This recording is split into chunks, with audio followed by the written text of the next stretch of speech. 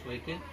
আমি পীযূষ নাথ, বাবা শ্রী পরেশচন্দ্রনাথ, লক্ষ্মীনগর গাঁওসভার 4 নং ওয়ার্ডের বাসিন্দা। তো প্রত্যেক দিনের ন্যায় আমি গতকালকে খাওয়া দাওয়া করে আমরা প্রায় 10:30-11টার দিকে শুয়ে পড়েছি।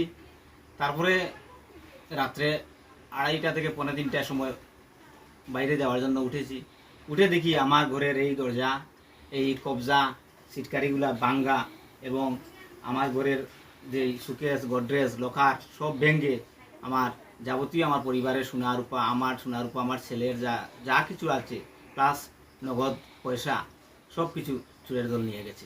সোনা গয়না যেমন আমার বউয়ের হাতের সোনার চুড়ি, এরপরে মঙ্গলসূত্র, আমার সোনার আংটি, আমার ছেলের আংটি, এই সমস্ত মিলে রূপার চেইন, ছেলের 5টা রূপার চেইন, ব্রেসলেট, তারপরে আরও অন্যান্য সোনার রূপার জিনিস মিলে প্রায় আমি হিসাব করেছি 1.5 লক্ষ টাকার উপরে।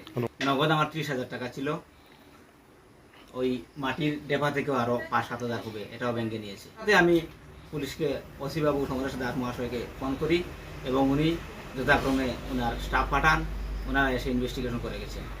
অদ্য হয় নাই, তবে এর আগে হয়েছে আমাদের লক্ষ্মীনগরের 1 নম্বর ওয়ার্ডে হয়েছে, সেম অবস্থায় চুরি হয়েছে।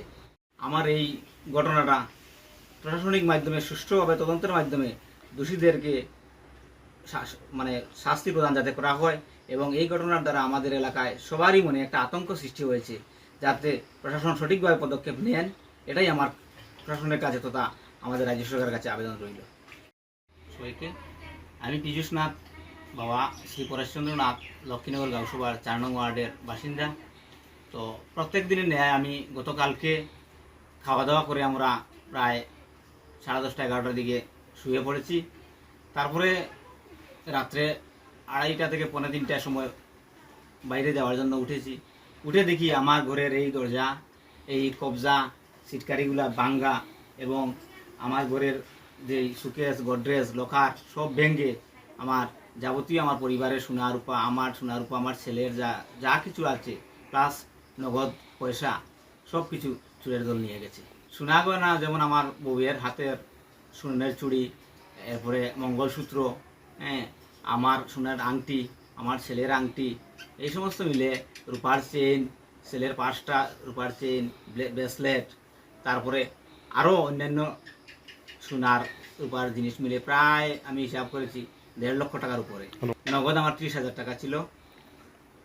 ওই মাটির ডেপা থেকেও আরও 5-7 হাজার হবে, এটাও ব্যাংকে নিয়েছে। তাতে আমি পুলিশকে, ওসি বাবু সমরেশ দাস মহাশয়কে ফোন করি এবং উনি যথাক্রমে ওনার স্টাফ পাঠান।